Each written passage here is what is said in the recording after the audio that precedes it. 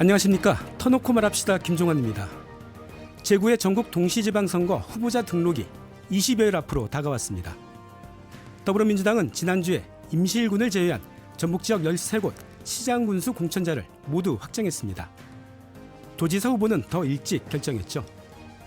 전북에서 민주당 공천은 사실상 당선으로 이어지는 보증수표나 다름없습니다. 그런데 민주당 공천 과정의 투명성과 공정성에 의문이 제기되고 있습니다. 한 당이 독점하고 독주하는 전북 정치의 구조적 한계를 걱정하는 목소리가 큽니다. 오늘 터놓고 말합시다는 더불어민주당 전북 지역 공천 결과와 공천 과정에서 불거진 논란을 살펴보는 시간으로 마련했습니다. 오늘 방송은 사전 녹음으로 진행하고 있습니다. 유튜브에서 KBS 전주총국이나 터놓고 말합시다를 검색하시면 실시간 보기와 다시 보기도 할 수 있습니다. 본격적인 토론에 들어가기 앞서 전북도민들은 더불어민주당 공천 과정과 결과를 어떻게 바라보고 있는지 김샛별 리포터가 준비한 인터뷰 함께 들어보시죠.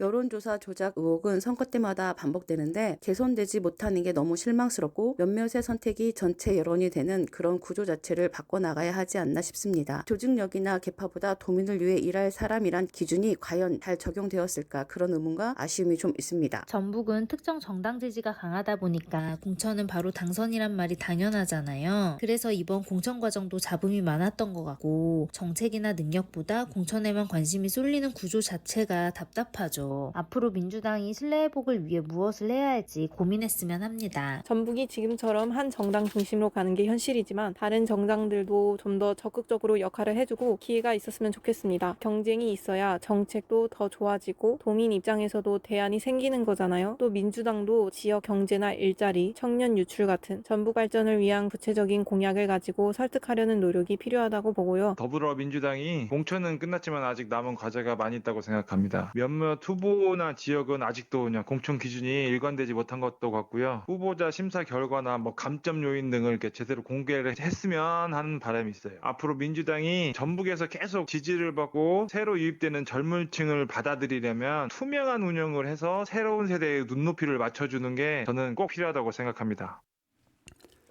네, 그 공천 방식에 대한 그 비판을 하시는 시민들이 좀 많습니다. 그리고 전북 지역에서도 정당 간 경쟁 이게 좀 필요한 거 아니냐 이런 지적들 해주셨고요. 그럼 오늘 토론에 함께한 분들 소개합니다. 이상민 전북시민사회단체연대회 공동 운영위원장, 진유민 KBS 전주방송총국 지방선거팀 기자 두 분 나오셨습니다. 인사해 주시죠. 안녕하세요. 네. 다음 달 14일과 15일에 6.3 지방선거 후보자 등록을 합니다. 더불어민주당은 단체장 공천 사실상 마무리했는데요. 진유민 기자, 국민의힘, 조국혁신당, 진보당, 정의당 등도 후보자 공천에 좀 박차를 가하고 있는데 먼저 주요 선거 일정 그리고 각 당 공천 상황 정리해 주실까요? 네, 이제 지방선거가 한 달 조금 넘게 남았습니다. 각 정당은 저마다 이번 선거에 나설 경쟁력 있는 후보 물색에 나섰는데요. 가장 먼저 마무리된 건 더불어민주당입니다. 일단 광역단체장, 도지사를 비롯해 기초단체장 공천도 마무리한 상황입니다. 네. 선거 비위 의혹으로 개표가 중단된 임실은 아직 결정되지 않았습니다만 13개 시구는 끝난 상태입니다. 반면 전북에서 다른 정당들은 인재 영입에 어려움이 있는 모양새인데요. 국민의힘은 이번 선거에 특히나 인물난을 겪고 있습니다. 네. 최근에서야 도지사 후보로 지난 총선에 전주갑 선거구에 출마하기도 했던 양정무 전 당협위원장을 단수 공천했습니다. 네. 그리고 부안군수 외에 다른 시군에선 아직 후보를 결정하지 못했습니다. 네. 그리고 조국혁신당은 도지사 후보는 결정하지 못했지만 여러 기초단체장 후보들을 내놓았는데요. 군산과 익산, 정읍, 남원, 장수, 임실, 고창, 부안 이렇게 8개 시군의 후보들을 공천했습니다. 네, 기초단체장 후보는 그래도 좀 낸 편이네요. 예, 그렇습니다. 네. 진보당은 일찌감치 전북 도지사의 백승재 후보를 결정했고요. 전주시장과 춘천군수 후보를 공천했습니다. 네. 앞으로 선거 일정은 다음 달 14일과 15일 후보자 등록이 이루어지고요. 공식 선거운동이 다음 달 21일부터 시작됩니다. 29일과 30일은 사전투표, 그리고 6월 3일 본투표 이렇게 이루어질 예정입니다. 네, 그렇군요. 진유민 기자가 지방선거 일정 그리고 각 당 공천 상황 정리해 주셨는데 아직 지방선거 본선 후보자들이 완전히 확정되지는 않았습니다. 그래서 오늘은 더불어민주당 단체장 공천 과정 그리고 결과를 중심으로 좀 살펴보도록 할 텐데요. 공천 결과를 보면 전북도지사 후보는 이원택 전 국회의원, 전주시장 후보 조지훈 전 전북경제통상진흥원장, 군산시장 후보 김재준 전 청와대 춘추관장, 익산시장 후보 최정호 전 국토부 차관, 정읍시장 후보 이학수 현 시장, 김제시장 후보 정성주 현 시장, 남원시장 후보 양충모 전 새만금 개발청장, 완주군수 후보 유희태 현 군수, 진안군수 후보 전춘성 현 군수, 무주군수 후보 황인홍 현 군수, 장수군수 후보 최훈식 현 군수, 순창군수 후보 최영일 현 군수, 고창군수 후보 신덕섭 현 군수, 부안군수 후보 권익현 현 군수, 이렇게 민주당 공천자가 확정이 됐습니다. 이상민 위원장님, 그 전북에서 민주당 공천에 갖는 무기 뭐 특별할 텐데요. 먼저 민주당 전북 지역 단체장 후보 공천 뭐 총평을 좀 해주신다면요. 네, 역시 조직력이 최고다. 네. 뭐 현역 거의 불패라고 봐야 될 것 같습니다. 네. 11곳짜리 중에 9곳이 이제 현역이 당선이 됐는데 군산과 전주시만 현역이 지금 예, 그렇습니다. 탈락을 한 그러니까 거죠. 14곳 중에 이제 기초 같은 게 14곳인데 지금 익산하고 임실은 이제 3선이 걸려서 이제 출마를 할 수 없었고 네. 그리고 이제 남원이 이제 불출마를 선언하면서 11곳 중인데 11곳 중에 9곳이 이제 현역이 승리를 했다라고 네. 하는 거고요. 이제 그러면 왜 이렇게 현역들이 많이 이겼냐라고 놓고 보면 지난 4년 뭔가 시정과 군정을 너무 잘했구나라고 봤으면 좋겠는데 과연 그런 것이냐라고 하는 거죠. 그러니까 민주당에서 이야기하고 있는 시스템 공천이라고 하는 부분들이 시스템이라고 하는 건 안정성을 기반으로 하는 거고 예측 가능성인 거죠. 그렇다고 한다면 거기에 어떤 자원이 많은 후보가 거기에 대한 대응성이 높을 수밖에 없는 거죠. 이제 선거에서 가장 중요한 건 인지도라고 이야기를 합니다. 네. 근데 이제 인지도보다 더 중요한 게 있을 수도 있겠다라고 하는 게 조직력인 것 같습니다. 여기서 말하는 조직력이라고 하는 건 그러니까 특히 여론조사에 대한 대응 능력이라고 네. 하는 부분으로 봐야 될 것 같습니다. 그래서 이제 선거 운동을 한다는 게 전북에서 민주당 후보로 공천권을 갖기 위해서 선거 운동을 한다라고 하는 건 두 가지를 잘하면 됩니다. 자, 6개월 전에 당원 모집을 얼마나 잘할 거냐. 두 번째는 경선 과정에 있어서 중요한 건 어떻게 여론조사의 대응성을 높일 거냐라고 하는 겁니다. 네. 그러니까 여론조사의 대응성이 왜 중요하냐라고 하면 지금 50대 50이거든요. 그러니까 권리당원에 대한 투표에 대한 여지는 서로 후보들이 뭔가 당원을 모집하는 과정 속에서 일정 정도 정해져 있다라고 하면 나머지 이제 50% 여론조사에 의해서 어떤 승패가 가루어진다라고 하는데 그 여론조사에 대한 부분들이 이번에 이제 계속 이야기되는 게 응답률이 50%가 넘는 곳도 있다는 거예요. 네. 그러니까 응답률이 높다라고 하는 게 유권자들이 이 선거에 너무 관심이 많아서 적극적인 의사 표현이라고 볼 거냐 그렇지 않으면 어떤 선거의 이해관계자들을 중심으로 해서 여기에 적극 참여를 하는 거냐. 그러면 이제 여론조사라고 하는 건 기본적으로 당원을 배제하는 거잖아요. 네. 근데 전북이 당원이 얼마나 많습니까? 이분들을 배제를 하면 응답률이 더 떨어져야 되는데 이렇게 높다라고 하는 건 조직적으로 당원이면서 당원이 아닌 것을 교육을 시킵니다. 네. 그러니까 비당원이라고 하는 것을 해야 여론조사에 참여할 수 있다라고 하는 이것을 어떻게 효과적으로 잘 조직을 하냐라고 하는 거고 특히나 이제 인구가 적은 지역에서는 뭔가 표본 자체가 잘 형성이 안 될 정도라서 이게 결론은 당원 투표 50%, 여론조사 50%인데 이 50%가 여론 왜곡이라고 하는 이런 평가를 민주당이 과연 여기에 대해서 답을 할 수 있느냐라고 하는 거고 그 여론 왜곡의 부분은 모든 후보가 다 합니다. 단 그게 적발되느냐 그렇지 않느냐의 문제인 거고 선거운동 과정에 매일 전화 오지 않습니까? 문자. 자, 02번으로 오시면 전화 받아주시고. 두 번째, 지지 정장 있냐 하면 없다고 해주시고. 그러면 연령대는 어디로? 자, 20, 30대로 해주시고. 네. 이 부분이라서 그래서 지금 이 여론조사의 한 표가 권리당원의 10표보다 더 크다고 하거든요. 이제 이 과정들을 통해서 지금 당선된 분들이 유권자의 지지 그리고 현역들이 많이 당선이 됐는데 뭔가 이 그동안의 4년의 시정과 군정에 대한 평가로 당선이 됐다라고 과연 민주당에서 얘기할 수 있는가라고 하는 걸 묻고 싶습니다. 네. 그 민주당 공천 과정에서 현역의 강세 이게 어떤 여론조사의 문제점 이것과 연결돼 있다. 뭐 이렇게 좀 보시고 있고요. 그 민주당 공천 과정에서 그 여론조사의 문제점 뭐 이런 부분은 지금 다음에 또 얘기할 시간이 있을 것 같은데 그 민주당 공천자들 당선 여부 그리고 뭐 야당과 무소속 후보들 경쟁력이 달렸을 텐데 본선에서는 좀 어떻게 보십니까? 사실은 뭐 민주당이 압도를 하다 보니까 이제 사실 이제 저희가 뭐 인지도 있고 뭐랄까 이제 커리어가 좋은 분들이 되게 민주당으로 많이 가다 보니까 네. 이게 저희가 선순환 구조가 돼야 되는데 지역에 어떤 정당의 경쟁 구조를 통한 선순환 구조가 돼야 되는데 이제 그렇지 못하다라고 하는 부분들의 이제 근본적인 어쨌든 전제는 좀 있습니다. 그리고 이제 이번 선거가 아무래도 이제 대통령에 대한 어떤 뭐 밀어주는 뭐 그런 의미가 좀 작동이 될 텐데 역대로 보면 그래도 지역에서 무소속이나 아니면 야당의 뭐 기초자치단체장을 놓고 보면 뭐 2자리에서 3자리 정도는 민주당이 획득하지 못했었거든요. 이번에도 이제 그게 나타날 거냐라고 하는 것을 좀 봐야 될 것 같고 광역단체장 선거는 아무래도 도민들이 전략 투표를 좀 많이 하는 편인데 기초는 내 삶하고 직접적으로 연관이 되어 있기 때문에 이제 거기에서는 다른 이렇게 여지 변수가 좀 있을 수 있겠다 이런 거고요.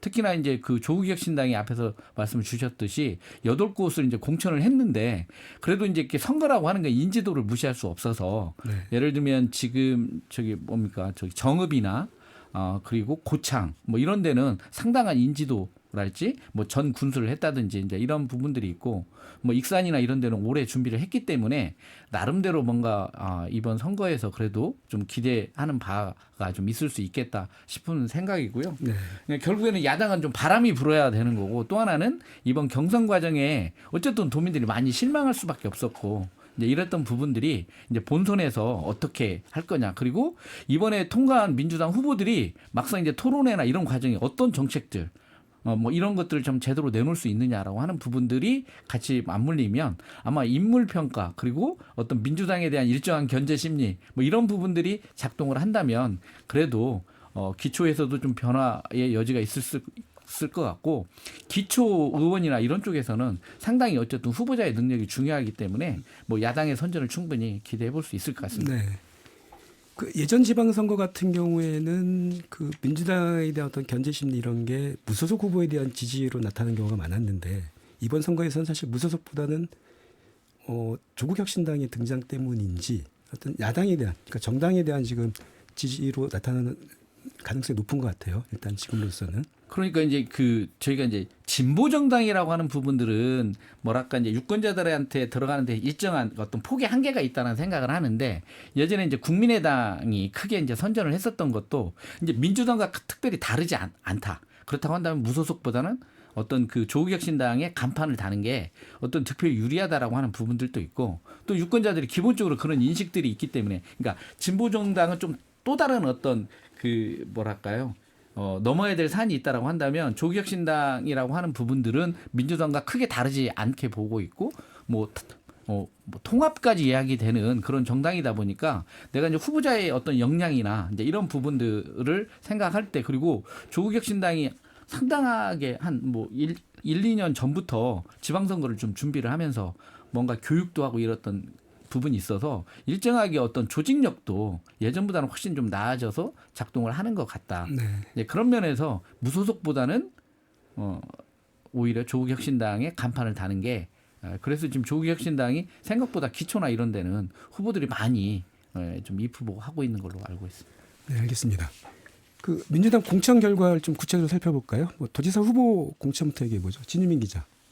초유의 사태죠. 뭐 있어서는 안 될 일이 일어나기도 했고 그 민주당 전북도지사 공천 과정 한번 정리해 주시죠. 네, 민주당의 전북지사 공천 과정은 여러 논란을 낳았습니다.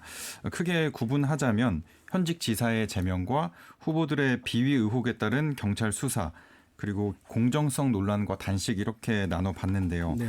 구체적으로 들여다보면 당초 민주당 도지사 경선 후보로는 현직인 김관영 도지사와 이원택 국회의원, 안호영 국회의원 이렇게 3자 구도였습니다. 네. 김 지사에 대한 내란 동조 의혹이 경선 초기에 불거지긴 했지만 중앙당이 경선 후보를 확정하면서 3자 구도가 굳어졌는데요. 각종 여론조사에서 김 지사가 지지율 상승세를 보이며 줄곧 우위를 점했습니다. 네. 그러다 이달 초죠. 4월 1일 돌연 정청래 당대표 지시로 긴급 감찰이 시작됩니다. 현금 제공 의혹 때문인데요. 청년 당원 등과의 저녁 술자리에서 김 지사가 현금을 나눠주는 장면이 포착된 식당 CCTV가 언론에 공개되며 충격을 줬습니다. 김 지사는 대리비 명목으로 줬다면서 불찰을 인정하면서도 모두 회수했다고 밝혔었는데요. 네. 민주당은 긴급 감찰이 이루어진 지 하루도 안 돼서 그날 밤 최고위 만장일치로 김 지사 제명을 결정 내렸습니다. 네. 김 지사는 제명 결정 뒤에 이 제명 결정 취소 가처분도 법원에 신청했지만 받아들여지지 않았고 이 결정으로 민주당 당원 자격을 상실함과 동시에 도지사 후보 경선 자격도 박탈됐습니다. 네. 이 제명 결정으로 당초 김 지사와의 정책 연대를 선언하면서 경선 불출마가 예상됐던 안호영 국회의원이 완주 의지를 밝혔고 경선 구도는 다시 양자 구도로 재편됐습니다. 네. 김 지사 현금 제공 의혹이 터진 지 일주일 뒤에 이번엔 이원택 후보의 밥값 대납 의혹이 불거졌는데요. 이 후보 역시 지역 청년당원 등과의 저녁 자리에서 밥값을 김슬지 도의원이 대납했다는 의혹입니다. 네. 이 건 역시 당대표가 긴급 감찰을 지시하면서 조사가 이루어졌는데 경선 하루 전에 이 같은 일이 터지며 안 의원은 경선 연기를 요청했으나 민주당이 하루 만에 혐의 없음 결론을 내리면서 경선을 강행했습니다. 네. 그대로 치러진 경선에서 이 후보가 승리하면서 전북도지사 후보로 결정됐고요. 네. 안호영 의원은 재심을 신청했지만 역시 받아들여지지 않으면서 이번 지방선거 민주당 전북도지사 후보로 이 의원이 확정됐습니다. 네. 김 지사와 이 후보 연이어 터진 비위 의혹에 민주당은 다른 판단을 내렸는데 이게 공정성 논란으로 이어졌고 안 의원은 재감찰을 주장하며 국회 앞에서 열흘 넘게 단식 투쟁을 벌이다 건강 악화로 병원 이송되기도 했습니다. 네.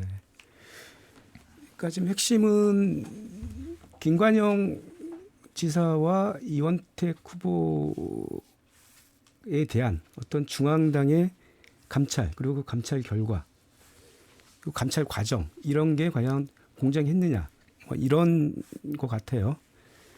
이런 그 민주당 중앙당 대체를 놓고 뭐 이중잣대다 아니면 뭐 개파 정치다 뭐 이런 논란이 불거졌는데 좀 어떻게 봐야 할까요? 네, 앞서 말씀드렸다시피 민주당 전북도지사 경선을 앞두고 불거진 이 후보의 밥값 대납 의혹 무혐의 결론과 김 지사 현금 제공 의혹에 따른 전격 제명 결정은 당내 형평성과 개파 정치 논란을 불러일으켰는데요.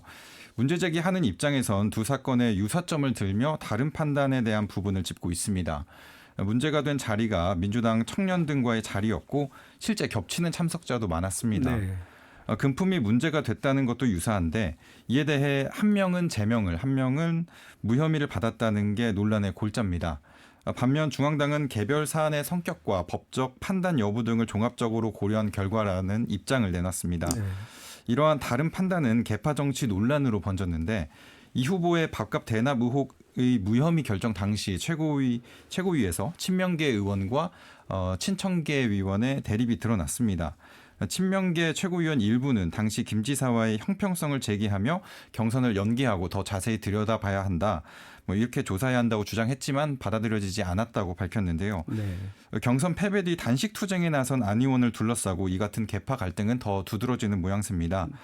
이현주 그리고 강득구 최고위원이 현장 최고위에 참석하지 않고 안 의원 단식장에 찾아가 재차 형평성 문제를 강조하며 단식장에 한 번도 찾아오지 않은 정청래 대표를 공개 비판했고 이를 또 친청계 의원이 다시 재반박하면서 충돌은 이어지는 상황입니다. 오는 8월 전당대회를 앞두고 주도권 경쟁이 본격화했다는 분석도 나옵니다. 네. 일단 두 사안 모두 정치적 판단과는 별개로 경찰이 압수수색에 나서며 수사가 본격화하고 있는 만큼 결론은 지켜봐야 할 것 같습니다. 네, 그 8월 전당대회에서 이제 민주당 당대표를 새로 뽑게 되는 거죠. 네. 그 일부각에서는 그 김관영 현 지사가 뭐 무소속으로 출마할 수도 있다, 뭐 이런 뭐 얘기도 있어요. 아무튼 선거가 끝난 뒤에도 후유증이 뭐 클 것 같은데 전북 발전을 위해서 전북도와 전북 정치권이 좀 힘을 모아두지는 사실 모자랄 판인데 좀 어떻게 보십니까 앞으로? 그러니까 그 선거가 끝나고 후유증이 큰 이렇게 대표적인 건 그러니까 선거 외적인 요인들에 의해서 뭔가 결정이 된다라고 하는 거죠. 그러니까 지금 앞에서 말씀을 주셨듯이 뭔가 이제 어떤 그 금품 내지는 뭐 이런 게 답이 되나 이제 이게 같이 맞물렸는데 이게 이제 결정되는 과정 속에서 이게 공정한 거냐라고 하는 이제 이런 문제가 제기되면서 이제 극심한 갈등이 더 심화될 수밖에 없다. 이제 이런 게 없이 예를 들면 경선 과정을 통해서 투표를 통해서 어떤 지지 정도를 통해서 결정이 났다라고 한다면 이게 그렇게 이렇게 확산되거나 그럴 수 있는 문제가 아니었다라고 하는 거고요. 이제 그런 면에서 놓고 보면 이 지금 경선 과정 자체가 어떤 전북 정치권의 분열이랄지 혼란 이것을 가중시키는 형태로 만들었다라고 하는 거고 네. 이 부분이 어떻게 후유증이랄지 이런 것들이 치유될 수 있느냐라고 하는 부분들은 저는 상당히 쉽지 않은 문제라고 하는 거고요. 근데 이제 도민들 입장에서 더욱 안타까운 건 이번 그 도지사 경선 과정에 저희가 새만금은 어떻게 하겠다든지 예를 들면 행정통합은 어떻게 하겠다든지 뭐 이런 얘기 들어본 적이 없지 않습니까? 네. 그러니까 이제 전북의 미래 비전과 관련한 이야기는 하나도 나오지 않고 뭔가 어쨌든 비리, 뭔가 이거 공정하냐, 뭐 이중잣대다, 뭐 이런 걸 가지고 이전 투구하는 방식으로 되다 보니까 지금 어떤 이 선거 과정을 통해서 논의돼야 될 사안들이 전혀 논의되지 못했다라고 하는 이 부분이고 특히나가 이 부분이 더 저는 이제 좀 우려스럽게 보는 건 이게 이제 민주당의 그 아까 말씀드렸던 그런 당대표 선거나 뭐 이런 것과 같이 그런 정치적 요인들이 바탕에 깔리면서 더더욱 뭔가 이제 그 개파 내지는 이렇게 갈라지는 형태가 돼버리는 거예요. 그러니까 선거가 끝나면 다시 모여서 이야기할 수 있는 것과 이제 선거가 끝나면 또 당대표 선거라고 하는 걸 통해서 또 더 이게 좀 심화될 수 있는 이제 이런 문제가 되는데 정부의 입장에서는 시기적으로 너무 중요한 시기다. 왜냐하면 현 정부가 균형 발전이라고 하는 이 정책적인 부분들의 드라이브가 본격적으로 걸릴 텐데 여기에 대한 정부의 준비는 뭐냐. 네.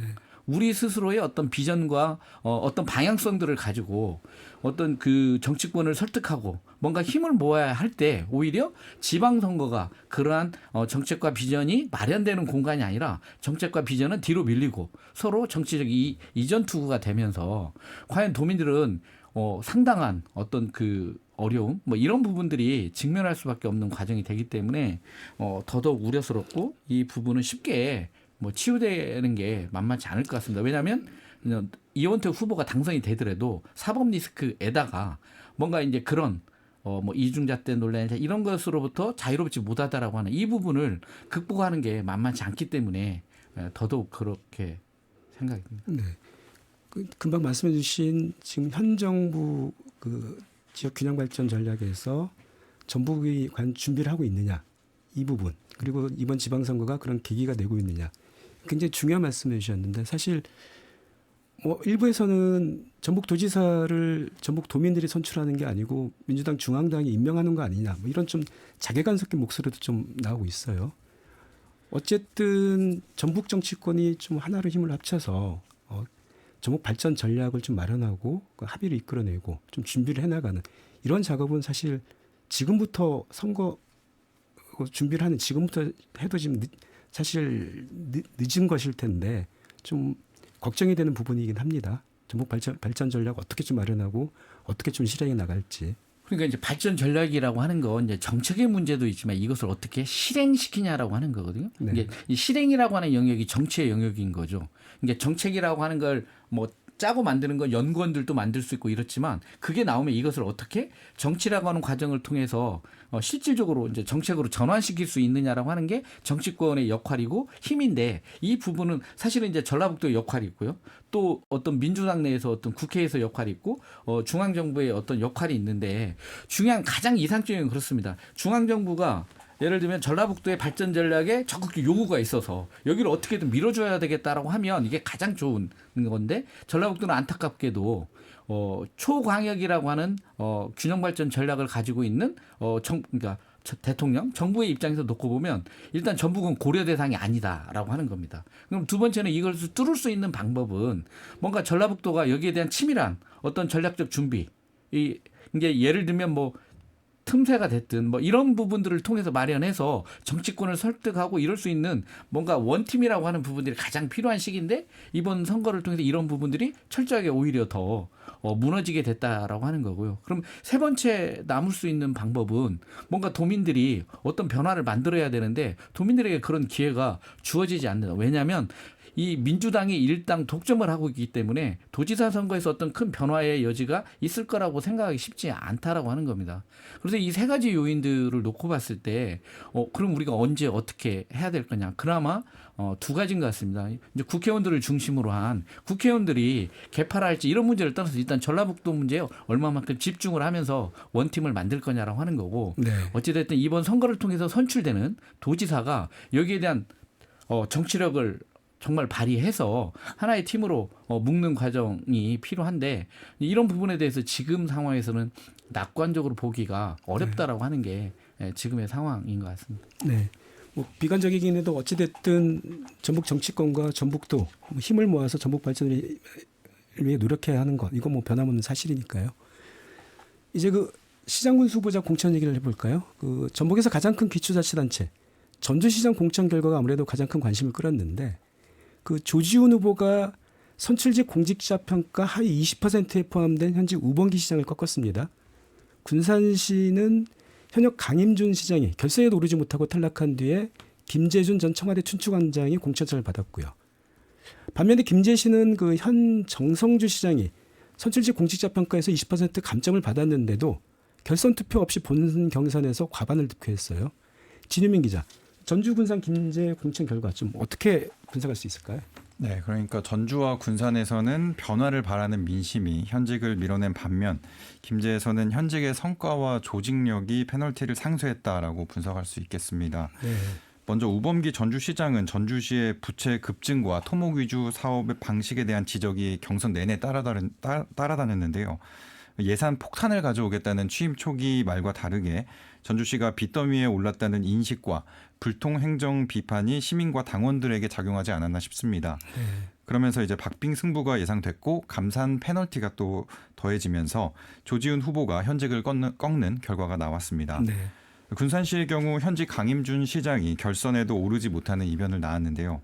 검찰에서 무혐의 처분을 받았지만 임기 내내 따라다닌 태양광 특혜 의혹과 삼선 도전이라는 피로감이 작용하지 않았나 그런 분석이 나옵니다. 네. 더불어 이번 군산 김제 부안갑 재선거에 출마를 선언한 김의겸 의원이 김재준 후보 지지를 선언하면서 이 같은 선거 구도도 영향을 미쳤다고 볼 수 있겠습니다. 네. 반면 김재시는 페널티에도 본경선에서 압도적인 지지를 받았는데 여러 논란에도 그간 다져온 탄탄한 조직력과 행정 성과가 이 같은 결과로 나타난 거 아닌가 싶습니다. 네. 전주 군산 김제 살펴봤고요. 그 정원율 현 시장이 3선으로 출마하지 못한 익산시 최종호 전 국토부 차관이 민주당 후보가 됐고요. 최경식 현 시장이 불출마한 남원시 양충모 전 새만금 개발청장이 후보가 됐습니다. 정읍 씨는 이학수 현 시장이 뭐 김제 시장과 마찬가지로 민주당 경선에서 20% 감점을 받았는데 이겨내 공천장을 받았습니다. 익산, 남원, 정읍 후보 공천 결과 이상민 위원장님 좀 어떻게 평가하시나요? 그러니까 대체적으로 이제 익산은 사실 그 결선에 오른 두 후보가 4년 전부터 선거를 준비를 해서 이제 시민들이 누구나가 다 알고 있고 안 만나본 분들이 없을 정도로 이제 그랬던 과정입니다. 네. 사실 이제 그렇지만 정책을 가지고 경쟁했냐라고 놓고 보면 그 점은 너무 아쉽습니다. 결국에 여기도 이제 조직력이라고 하는 큰 틀에서 이제 움직였던 것 같고요. 네. 그 안에 어쨌든 정치적인 부분에 있어서의 이제 어떤 변화들이 좀 있었습니다. 그래서 이제 정원율 시장의 어떤 위치, 입장 뭐 이런 부분들이 좀 작동을 하면서 아무래도 이제 최종호 후보가 좀 이긴 것 같고요. 그리고 지금 말씀 주셨던 지금 남원시 같은 경우에는 그 최경식 그 시장이 불출마를 선언하게 된 계기가 사실 이분이 뭐 정치를 안 하고 싶어서 그런 게 아니라 춘향 테마파크 모노레일이라고 하는 이제 이 사업이 민자 사업이었어요. 근데 이 사업을 이 최경식 시장이 당선이 되면서 거의 이제 중단을 시키는 그런 과정이 됐고 결국에 이제 손해배상 청구 소송에서 뭔가 이자 포함해서 한 500억을 배상해야 되는 그러니까 이제 거기에 투자됐던 한 400억 정도는 사실 지금 시설이 거의 재가동이 안 되기 때문에 어떤 재산 가치로서 거의 상실돼 있는 상태인데 남원시가 500억을 배상해야 되는 문제가 되다 보니까 남원시 재정 규모를 봤을 때 500억이면 엄청나게 큰 규모이기도 하고요. 이러면서 최 시장 스스로가 내가 뭔가 시민들에게 평가를 받는다는 것 자체가 성립되기 어렵다라고 하는 게 선거 전에 전부터 있었던 여러 가지 여론조사에서 나타났었던 거죠. 근데 여기에 이제 양춘모 후보가 이제 그 이겼는데 이분이 이제 기획재정부 출신이고 네. 전 새만금 개발청장이라고 하는 부분들의 경력, 전문성 이런 부분들이 아무래도 어떤 이런 재정 문제랄지 이런 사안들을 좀 백업하는 이제 그런 효과를 받지 않았나 이렇게 생각을 하고 있고요. 이학수 시장 같은 경우, 정읍시장 같은 경우는 사실 선거법 위반으로 해서 했는데 이제 대법원에서 거의 구사일생으로 귀환을 했습니다. 근데 정읍 씨가 지난 이제 윤 정부에서 지방 정부가 어려움을 겪었던 게 이제 지방 재정을 거의 파탄시켰다는 건데 이제 그런 부분에서 정읍 씨가 이제 탄탄한 재정 기반을 가지고 어쨌든 그 시정이 운영이 되면서 그런 부분에 대한 어떤 승점을 좀 많이 봤었던 것 같고 또 어떤 현직이 가지고 있는 이제 그런 부분들이 작동을 하면서 승리하지 않았나 이렇게 생각합니다. 네. 별 이변 없었던 지역들 같아요. 그리고 양자 대결에서 현역이 강세를 보여서 일찌감치 공천 확정한 지역들이 있죠. 무주, 장수, 고창, 순창인데 진유민 기자 좀 어떻게 분석할 수 있을까요? 네, 무주와 장수, 고창, 순창의 경선 결과는 현직 불패론이 입증됐다고 볼 수 있는데요. 네. 이 지역들이 비교적 인구 규모가 작고 지역 네트워크가 강해서 현직 프리미엄이 크게 작용했다고 분석됩니다. 게다가 경쟁 후보군이 제한적이었고 또 지역 군민과 당원들이 새 얼굴보다는 행정의 연속성과 안정을 더 중요하게 판단하지 않았나 이렇게 생각됩니다. 이 부분은 아까 이상민 위원장이 지적해 주신 어떤 조직력 문제, 인지도 문제 이런 거하고도 좀 상당히 관련이 있는 것 같아요. 진용이 이제 말씀하신 것처럼 워낙 그 규모가 작은 이제 지역이다 보니까 그 본경선에서 3명 이상 다자 대결 펼쳤던 완주 진안 부안에서 결선 투표로 공천자를 확정했어요. 임실만 그 금품 살포 의혹에 결선 개표가 중단되면서 민주당 조사 결과에 관심이 집중되고 있습니다. 이상민 위원장, 이 지역들 공천 결과 좀 어떻게 보십니까? 예, 뭐 완주, 진안, 부안도 뭐 현역 불패고 똑같이 그런 어쨌든 조직력이 기본적으로 좀 작동을 했을 것 같고요.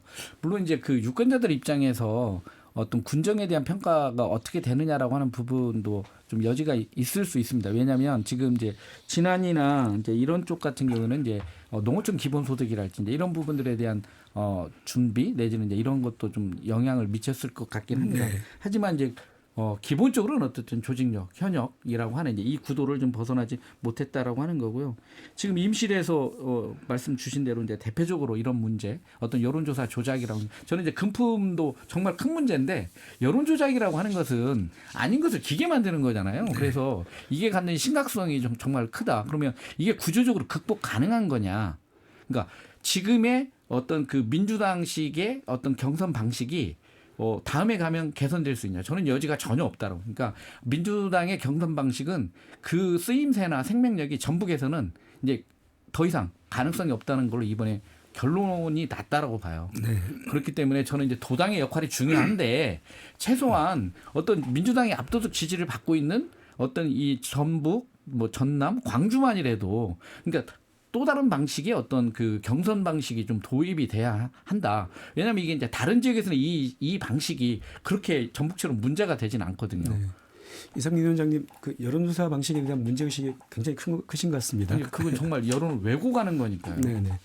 그 6.3 지방선거 국회의원 재보궐선거와 함께 치러지죠. 그 전북에서는 신영대 전 의원이 당선 무효형을 받은 군산김제 부안 갑 재선거, 민주당 도지사 후보로 확정된 이원택 의원 지역구 군산김제 부안 을 보궐선거가 함께 치러질 예정인데요.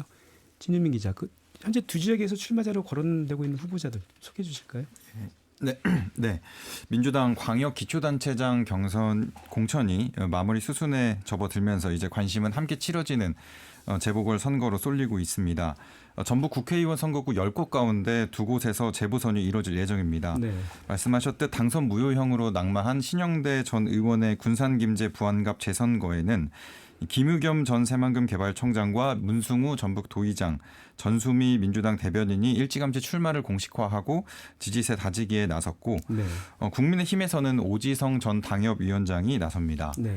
그리고 민주당 도지사 후보로 확정된 이원택 의원의 군산 김제 부안을 선거구인데요. 민주당 방침에 따라 이 의원이 오는 28일 국회의원 사퇴 의사를 밝히면서 이 지역구 역시 보궐선거가 치러질 예정입니다. 네. 현재 여러 인사들이 자천타천으로 언급되고 있습니다. 김종회 전 국회의원과 김춘진 전 국회의원, 박준배 전 김제시장 등 오랜 기간 지역 기반을 닦아온 인사들부터 네. 강은호 전 방위사업청장과 박지원 민주당 최고위원, 이광수 전 청와대 선임 행정관, 홍석빈 국가인공지능전략위 자문위원 등 비교적 새 얼굴들까지 후보군으로 이름을 올리고 있습니다. 네. 다만 민주당에서 이번 재보선 모든 선거구에 전략공천 방침을 밝혔기 때문에 거론되는 후보군에서 공천이 이루어질지 아니면 새 인물이 나올지는 지켜봐야겠습니다. 네. 이상민 위원장님, 이번 국회의원 재보궐선거 전국에서 한 14곳 정도에서 지금 치러질 예정이죠. 미니 총선이라고 불리는데 민주당 전략공천 가능성이 높은데 좀 이 지역 어떻게 좀 분석하시나요? 그러니까 뭐 전략 공천을 하겠다고 하니까 가능성이 아니라 이제 전략 공천을 할 텐데요. 네. 이제 전북 같은 경우에 과연 그러면 도민의 민심이나 요구를 수렴하는 전략 공천이 될 거냐라고 하는 부분인 거잖아요. 그러면 이제 그 민심의 요구는 무엇일까라고 놓고 보면 기본적으로 어쨌든 지역 발전이랄지 그리고 전국 정치에서의 어떤 전북의 몫을 좀 대변할 수 있는 그런 무게감이 있는 그런 역할을 할 수 있는 부분일 거라는 생각이 듭니다. 네. 그러니까 전략 공천이 아니고 입후보한 후보들의 어떤 그 경선을 통해서 결정되는 부분과 별개로 전략 공천이 된다라고 한다면 이제 그런 요소들이 실질적으로 잘 반영이 돼야 어떤 민심에 대한 어떤 요구가 반영됐다고 볼 수 있을 것 같습니다. 이제 그런 면에서 지금 앞에서 말씀 주셨던 여러 이제 인물들이 있는데 이제 한물간 인물들이 굉장히 많이 나오잖아요. 그러면 이제 도민들은 새로운 어떤 변화의 요구 여기에 어떤 그 전략공천 당사자의 어떤 정책적 역량, 그러니까 정치적 역량이나 능력이라고 하는 부분들을 좀 고려했으면 좋겠다라고 하는 거고 저는 사실 이제 김우겸 전 의원이 새만금 개발청을 그만두면서 이 선거에 뛰어들면서 엄청 많은 어떤 비난과 비판을 받았는데 과연 이제 군산 쪽에 어떤 식의 어떤 전략 공천이 이루어질지라고 하는 것도 저희가 좀 크게 좀 지켜봐야 될 문제인 것 같습니다. 네. 근데 중요한 건 전략 공천이 의미를 가지려면 지역의 요구, 전북의 요구와 결합되는 형태가 되어야 개파 정치나 이런 문제가 아닌 전북을 위한 전략 공천이 필요하다. 이렇게. 그러니까 전략 공천을 하더라도 전북의 민심 반드시 반영돼야 된다. 이 말씀 해주셨습니다. 오늘 터놓고 말합시다는 6.3 지방선거 더불어민주당 공천 결과를 주제로 진유민 KBS 전주방송 중국 기자, 이상민 전북 시민사회단체 연대회의 공동운영위원장 함께하고 있습니다. 오늘 방송은 유튜브 보이는 라디오를 통해서 시청할 수 있고요. KBS 전주중국이나 터놓고 말합시다를 검색하시면 실시간 보기가 가능하고 여러분 의견도 전달할 수 있습니다. 지난 2022년 지방선거 때 여론조사 브로커 논란 불거졌었습니다. 이상민 위원장이 앞에서 몇 차례 말씀해 주셨는데 지난달 실시한 언론사 여론조사에서 몇 개 시군 지역 여론조사 응답률이 이례적으로 높았습니다. 고발장이 접수된 지역도 있고 임실 등에서는 경찰 압수수색도 지금 진행이 됐었고요. 이상민 위원장님, 민주당 공천이 꼭 당선으로 이어지는 전북 정치 지형이 근본적인 문제이긴 한데 이게 선거 때마다 되풀이 됩니다. 지금 해결 방법 없는 걸까요? 해결 방법이 있죠. 여론조사의 비중을 낮추면 됩니다. 대신에 유권자가 평가할 수 있는 구조를 만들면 되는 거고요. 이제 그 구조가 이제 제가 봤을 때는 시민 배심원제다. 시민 배심원제의 강점은 어떤 거냐면 무작위 어떤 추출을 통해서 배심원을 모집하고 그분들 앞에 후보자들이 어떤 정책과 비전을 이야기를 하고 그걸 통해서 평가 점수가 반영이 된다라고 한다면 오히려 이제 그게 당락의 중요한 변수가 됐을 때 이제 선거 운동의 방식과 지형이 바뀔 수 있다는 거거든요. 네. 그러니까 민주당이 전북에서는 얼마만큼 지지받느냐가 중요한 게 아니라 얼마만큼 유권자나 도민의 요구에 맞는 제대로 된 공정한 후보를 공천하느냐라고 하는 게 핵심이잖아요. 네. 그러면 이제 그런 부분에 있어서 조작이나 이런 부분들이 요소를 최대한 배제할 수 있는 방법은 여론조사가 전혀 의미가 없다는 건 아니지만 그거에 대한 비중을 줄이고 새로운 어떤 시도를 하면 가능하다. 단지 이 부분을 그러니까 예를 들면 이제 광역 단체장 선거 같은 경우에는 중앙당에서 결정을 한다고 한다면 도당에서 기초 단체장이랄지 이런 부분들의 어떤 경선 방식이나 이런 것들을 끌어갈 수 있는데 이제 그런 방식들은 어찌 보면 지역의 국회의원들과의 이해관계가 상충될 수 있다라고 하는 측면에서 그런지 모르겠습니다만 그런 과감한 도입이 필요하다 그래서 저희는 민주당 도당을 통한 그런 물론 이제 이게 중앙당의 협의 없이 일방적으로 진행할 수는 없겠지만 이런 변화를 최소한 만들어야 지금처럼 선거 때마다 민주당 후보 공천 과정에 있어서의 어떤 도민들의 실망 이런 부분들이 계속 커지는 이런 문제를 근본적으로 좀 정치 환경을 좀 바꿀 수 있지 않냐 이렇게 생각합니다. 네. 그 민주당 일당 독점 구도 그리고 뭐 전체 유권자가 2만 명이 채 안 되는 어떤 그런 규모의 그 선거구들이 이제 존재를 하는 거죠. 뭐 이것 때문에 사실 여론조사의 어떤 신뢰도가 뭐 굉장히 떨어지는 건데 그 진유민 기자, 그 민주당 공천 과정에서 투명성 논란도 불거졌죠. 그 공천 후보자들 결격 사유, 선출 공직자 감점 여부, 뭐 본경선과 결선 투표 등등. 대부분의 공천 과정을 비공개를 원칙으로 했습니다. 민주당이. 정당 내부 공천 과정이긴 하지만 전북 정치 지원 고려하면 전북 유권자들 알 권리 크게 제약한 거 아니냐 뭐 이런 비판도 있는데 어떻게 봐야 할까요? 네, 말씀하셨듯이 이번 민주당 공천 과정에서 비공개 원칙이 논란이 됐습니다. 정당의 자율성과 개인 정보 보호라는 민주당의 입장을 인정하면서도 민주당이 전북에서 갖고 있는 이 정치 지형을 고려하면 유권자 알 권리 차원에서 어느 정도 핵심 정보는 공개해야 하지 않냐 이런 비판이 나왔는데요. 이런 깜깜이 공천 논란은 더욱이 중간에 일부 언론을 통해서 일부 실명과 감점 수치가 유출되면서 더욱 논란을 낳았습니다. 네. 결국 이러한 과정이 검증 결과에 대한 신뢰를 떨어뜨리는 상황을 초래했다는 지적이 나옵니다. 민주당 공천 결과가 곧 높은 당선 가능성을 담보하는 전북에서는 특히 공천 과정에서의 투명성 확보가 당내 문제가 아닌 공적 영역으로 봐야 한다는 지적이 힘을 싣고 있습니다. 그렇죠. 네. 그 이번에 전북자치도 광역의원 의석수가 44석으로 늘어났습니다. 40석에서 장수와 무주군 광역의원 도의원 의석 상실이기 넘겼고요.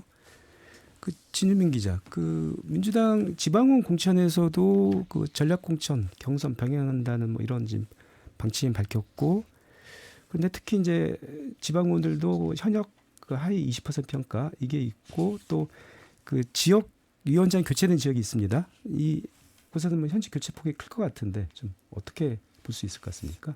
네, 선거구 획정에 따라 광역의원은 지역구와 비례 2석씩 4석이 늘어 44석이 됐고요. 기초의원 정수는 2명 늘어서 200명으로 증가했습니다. 네. 여기에 이제 민주당의 여성과 청년 의무 공천 규정과 현역 하위 평가 등은 현역에게 불리하게 작용할 수는 있습니다. 다만 지방선거는 여전히 조직력과 인지도가 강하게 작용하는 선거라는 분석이 강해서 네. 지역 기반이 탄탄한 현역은 의무 공천이나 감점을 상쇄할 가능성도 큽니다. 따라서 대규모 교체보다는 선별적 교체로 나타날 거란 시각이 나옵니다. 네, 그렇게 보고 계시는군요. 네. 이상민 위원장님, 그 지난 2022년 지방선거 당시 전북 그 뭐 시군의원, 도의원 중에서 무투표 당선된 의원들이 62명이었습니다. 이번에 뭐 전북도의 비례대표 정수 44명으로 확대가 됐고 비례대표 정수 이제 4명에서 6명 늘어났고 김제시의회 중대선거구제가 도입됐습니다. 하지만 뭐 사실 또 정당 간 경쟁은 여전히 뭐 실종된 상태입니다. 뭐 이런 거는 전북도민들은 뭐 투표권을 빼앗긴 거 아니냐, 뭐 이런 비판이 나오고 있는데 그 무투표 당선제 같은 경우에 그 대안으로 뭐 사후 찬반 투표제, 뭐 중대 선거구제 확대, 뭐 이런 대안들이 거론되고 있는데 좀 어떻게 볼 수 있을까요? 찬반 투표제는 이제 기본적으로 해야 되고요. 이제 선거구를 중대 선거구로 했을 때 이제 경쟁 관계가 이제 형성되기 때문에 그 자연적으로 좀 그러니까 개선할 수 있는 거 아니냐 이제 이런 부분인데.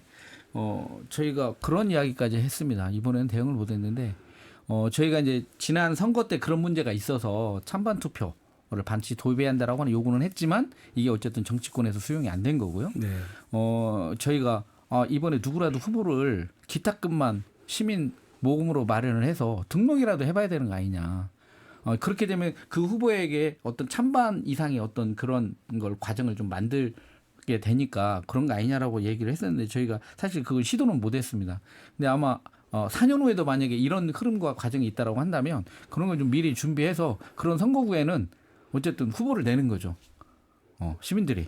근데 그것은 투표를 만들기 위한 후보인 거지 이제 당선을 전제로 하는 건 아닌데 그걸 통해서 저희가 얼마만큼 이 제도가 문제가 있는가를 실질적으로 좀 보여줘야 되는데 몇 명이 무투표 당선이 됐다 이런 얘기만 계속 나오다 보니까 정치권이나 이런 데서도 체감을 할 수가 없는 문제라서 사실 이제 그 시민운동 차원에서 뭐 그런 문제도 좀 검토를 해봐야 한다라고 하는 얘기를 좀 했었고요. 그러니까 무투표 당선 지역의 어떤 문제점을 부각시키기 위해서라도 좀 상징적으로라도 그렇습니다. 시민 후보를 내야 된다. 이 말씀이신가요? 시민 후보까지는 아니더라도 네. 기탁금이 예를 들면 뭐 그 기초 같은 거 300만 원이다. 아니면 이제 광역은 더 비쌀 텐데 그 금액을 모금을 해서 누가 등록을 하는 거죠. 그러면 이분의 선거운동이라고 하는 부분, 이분을 당선시켜서 어떻게 하겠다는 게 아니라 투표를 할 수 있게끔 유권자한테 기회를 주는 거잖아요. 만들어주는 거. 이제 근데 그런 걸 통해서 실제 이 선거제도의 문제를 좀 과감하게 좀 드러낼 수 있는 어떤 상징적인 그런 거의 정치적 퍼포먼스, 합법적인 뭐 그런 과정을 통해서 그런 얘기까지 나올 정도고요. 저희가 그 예비 후보 등록 상황을 쭉 봤더니 시군 단체장 같은 경우에도요. 김제, 완주, 무주 같은 경우에는 더불어민주당 후보밖에 등록이 안 돼 있었어요. 그래서 여기도 이러다가 기초 단체장도 무투표가 나오는 건 아니냐라는 상황이 지금 현재 네. 예비 후보 등록 상황을 놓고 보면 네. 그럴 가능성도 배제할 수 없다. 네. 문제가 심각한 거죠. 그 무투표 당선 지역 뭐 얘기를 하다 보니까 아까 이제 잠깐 얘기하셨던 그 여론조사 문제, 민주당 공천 과정에서 여론조사 문제 이거 다시 한번 좀 이제 좀 여쭤보려고 하는데 어떻습니까? 그 민주당이 전북 지역에서 민주당 공천을 받으면 사실상 당선이나 다름없다. 뭐 이런 것 때문에 민주당 공천 과정에서 무리를 해서라도 민주당 공천장을 받으려는 그리고 민주당 공천을 받으면 본선에서 사실상 별다른 경쟁 없이 당선으로 이어지는 이런 이제 정치 구조, 정치 지형이 어떤 여론조사의 어떤 왜곡, 불신 뭐 이런 걸 낳고 있는 걸 텐데 좀 지금까지 그 여론조사 이제 쭉 그 민주당 공천 과정의 여론조사에 쭉 보셨는데 어떻습니까? 이게 좀 문제를 좀 근본을 짚는다면 좀 뭐가 있다고 보십니까? 계속 이제 반복적으로 말씀을 드리는 건데 이제 시스템 공천이라고 하는 게 가장 좋은 거냐, 합리적인 거냐라고 하는 거에 대한 문제 제기는 분명히 있어야 될 거고요.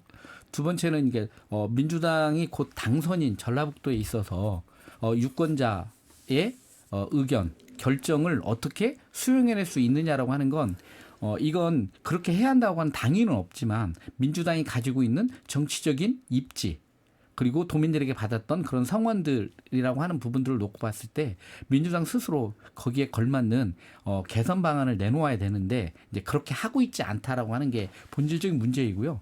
대안이 없는 게 아닙니다. 네. 앞에서 말씀드렸듯이 여론조사의 비중을 줄이고 유권자들이 직접 뭔가 후보자들의 정책이나 공약 뭔가 이런 부분들을 보고 평가할 수 있는 부분들이 반영될 수 있는 게 이제 대표적으로 어떤 시민 배심원제 같은 경우에는 최소한 기초자치단체장의 경우에는 충분히 도입 가능한 제도인데 단지 그걸 도입하고 싶어 하지 않는 거죠.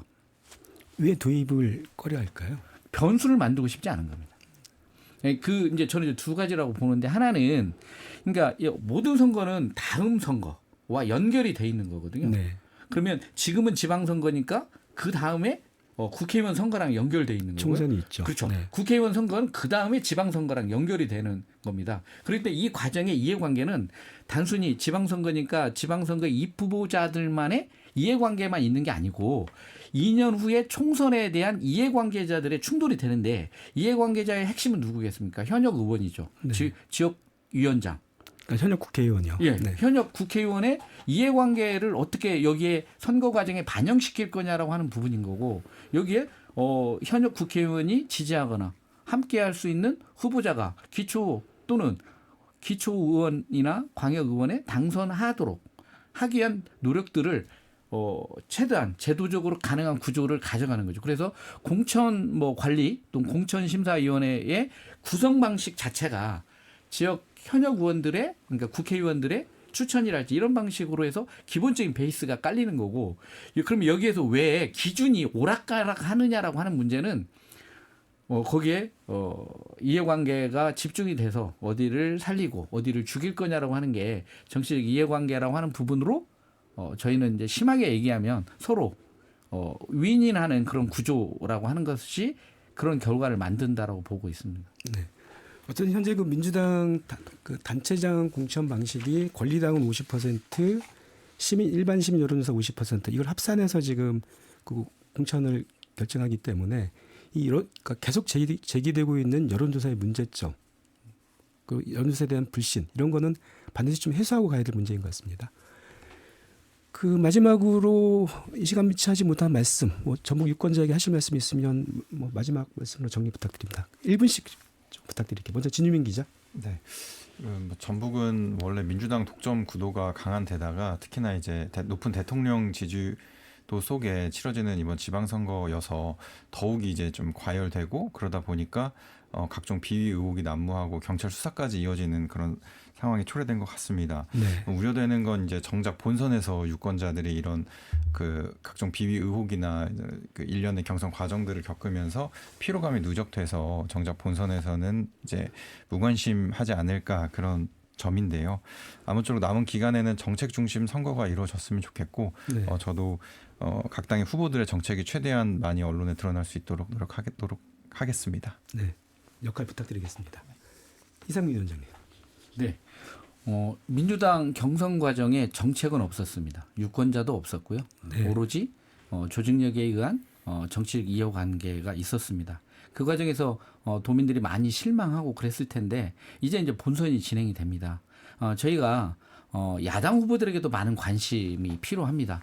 그걸 통해서 정말 전북을 위해서 내 삶을 위해서 필요한 정치인이 누구인지 그 정치인을 고르기 위한 노력들 이 과정들을 어떤 피로감에 의해서 손을 놓으시면 안 되고 더더욱 관심을 가지고 정말 제대로 된 후보가 누군지를 해야 됩니다. 이제 그런 측면에서 당연히 민주당이다가 아니라 야당에게도 어떤 후보들이 나왔는지 충분히 관심을 기울이고 그들의 정책이 무엇인지 들여다보면서 어떤 선택을 해야 될 건지 그런 좀 더 긍정적인 입장으로 이번 선거에 함께 하셨으면 좋겠습니다. 네.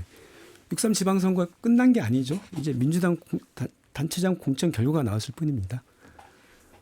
오늘 터놓고만 합시다는 6.3 지방선거 더불어민주당 공천 결과와 과제를 놓고 얘기 나눴습니다. 민주당 한 당이 독점하고 민주당 한 당이 독주하는 전북 정치 지형이 나온 문제. 작지도 가볍지도 않은데요. 답은 결국 유권자가 찾아가야겠죠.